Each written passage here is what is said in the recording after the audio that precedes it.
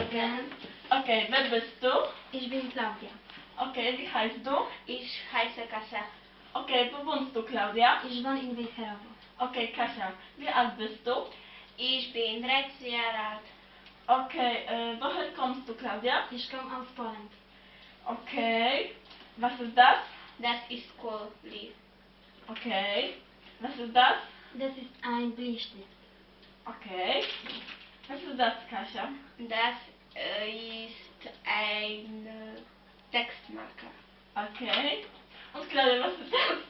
Das ist ein Bleistift. Okay, okay, das ist euch Hausaufgabe nach morgen.